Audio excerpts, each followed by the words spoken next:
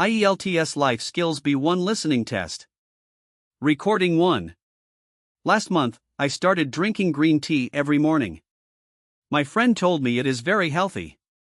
I usually drink 1 cup after breakfast. It makes me feel fresh and gives me energy. I buy my green tea from the supermarket near my house. Sometimes, I also try lemon flavor. Recording 2. Every weekend, I eat eggs for breakfast. My mother makes boiled eggs for me and my brother. I like to eat them with bread and butter. Eggs are my favorite because they are simple and healthy. Last Sunday, I ate 3 eggs because I was very hungry. Now listen again this recording and answer the questions. Recording 1. Last month, I started drinking green tea every morning. My friend told me it is very healthy. I usually drink 1 cup after breakfast. It makes me feel fresh and gives me energy.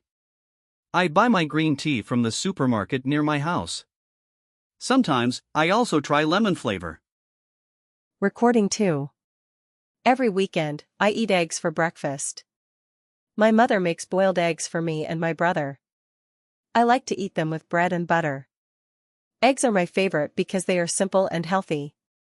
Last Sunday, I ate 3 eggs because I was very hungry.